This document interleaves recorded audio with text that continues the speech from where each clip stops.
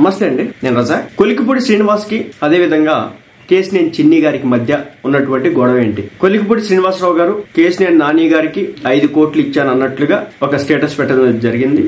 అక్కడతో ఆగకుండా ICICI bank transactions కి సంబంధించి 66 లక్షల రూపాయలు పంపించినట్లుగా ఆయన పెట్టడం జరిగింది. ఈ పంచాయతీ పెద్దతో వీళ్ళిద్దరు వేరు పార్టీలు అంటే కాదు, ఒకే పార్టీ టీడీపీ. ఈయన ఎమ్మెల్యే కొలికిపూడి శ్రీనివాసరావు గారు, ఆయనేమో ఎంపీ కేశినేని చిన్ని గారు. అసలు వీళ్ళ వివాదం ఏంటి? కేశినేని చిన్ని గారు వర్షన్ ఒకలా ఉంటే కొలికిపూడి శ్రీనివాసరావు గారి వర్షన్ ఒకలా ఉంది. టికెట్ కోసం మొన్న జరిగినటువంటి ఎలక్షన్స్ లో టికెట్ కోసం నా దగ్గర నుంచి ఇన్ని కోట్లు అడిగారని చెప్పేసి, నా దగ్గర నుంచి ఇంత డబ్బు తీసుకున్నారని చెప్పేసి కొలికిపూడి శ్రీనివాసరావు గారు చాలా స్ట్రాంగ్ ఎవిడెన్స్ తో కూడినటువంటి కామెంట్స్ చేశాడు. అదేమంటే శుక్రవారం రోజున మాట్లాడుకుందాం. ఎందుకంటే శుక్రవారం రోజున కేంద్ర కార్యాలయం ఏదైతే ఉంటుందో ఎన్టీఆర్ భవన్, అక్కడ ఇద్దరిని కూర్చోబెట్టి ఆ ప్రజెంట్ పార్టీ అధ్యక్షుడిగా ఉన్న పల్లా శ్రీనివాసరావు గారు మాట్లాడబోతున్నారు అన్నమాట. ఒకే పార్టీలో ఉండి ఒకే నియోజకవర్గాలకు సంబంధించి మంత్రులుగా ఎమ్మెల్యేలుగా మధ్య ఉన్నటువంటి ఈ వ్యక్తులకి విభేదాలు ఎక్కడొచ్చినాయో తెలియదు. చాలా మంది అంటూ ఉంటారు వీళ్ళ పంపకాల దగ్గర, మద్యం బాటిల్ దగ్గర, ఆటి దగ్గర, ఇటు దగ్గర. బట్ ఎవిడెన్స్ లేకుండా మాట్లాడడం కరెక్ట్ గా. కానీ ఏంటంటే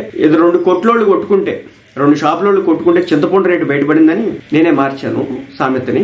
కులాల జోలికొద్దు అందుకోసం అని చెప్పేసి 2 షాపులోళ్ళు కొట్టుకుంటే చింతపండు రేటు బయటపడిందని ఒరిజినల్ రేటు. అలాగే వీళ్ళు కొట్టుకొని వీళ్ళు చేసినటువంటి లావాదేవీలకు సంబంధించి బయటపడినటువంటి పరిస్థితి. ఇప్పుడు మొత్తానికి కేశినేని చిన్ని గారు కూడా బయటకు వచ్చారు. అంటారు మొన్నటి వరకు నన్ను దైవాన్ని అన్నాడు, ఇప్పుడేమో దెయ్యం అంటున్నాడు.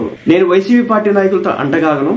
నాకు పవన్ కళ్యాణ్ గారు, చంద్రబాబు నాయుడు గారు, నారా లోకేష్ గారు విమర్శించే వ్యక్తులందరినీ కూడా, అంటే వీళ్ళని విమర్శించే వాళ్ళందరినీ కూడా నేను శత్రువులాగానే చూస్తానని చెప్పేసి తెగేసి చెప్పడం జరుగుతుంది. అసలు వీళ్ళు ఎందుకు ట్రాన్సాక్షన్స్ చేసుకున్నారు? టికెట్ ఇప్పించడం కోసం చేసినాడా? అసలు ఏం జరుగుతుంది? ఇది ఏమైనా బేస్లెస్ ఎలిగేషన్సా? మరి అలాంటప్పుడు ఐసిఐసిఐ ట్రాన్సాక్షన్స్ ఎందుకు పెడతారు? ఇలా రకరకాల కోణాల్లో ఇది జరుగుతుందన్నమాట. ఇవన్నీ కూడా చంద్రబాబు నాయుడు గారు మన రాష్ట్రంలో లేని సందర్భంలోనే. ఓ పక్క నారా లోకేష్ గారేమో సిడ్నీ ఆస్ట్రేలియా టూర్ అంటే రాష్ట్రానికి పెట్టుబడుల కోసం అక్కడికి వెళ్తే ఆయన, చంద్రబాబు నాయుడు గారేమో దుబాయ్ అరబ్ కంట్రీస్ కు పోతే అది కూడా పెట్టుబడులు తీసుకురావడానికి. ఇక్కడ లోకల్ గా ఉన్నటువంటి పరిస్థితులు ఏంటంటే ఎమ్మెల్యే మంత్రులు కొట్టుకుంటున్నటువంటి పరిస్థితి. మరి ఇది ఎటు దారి తీస్తుందో చూడాలి.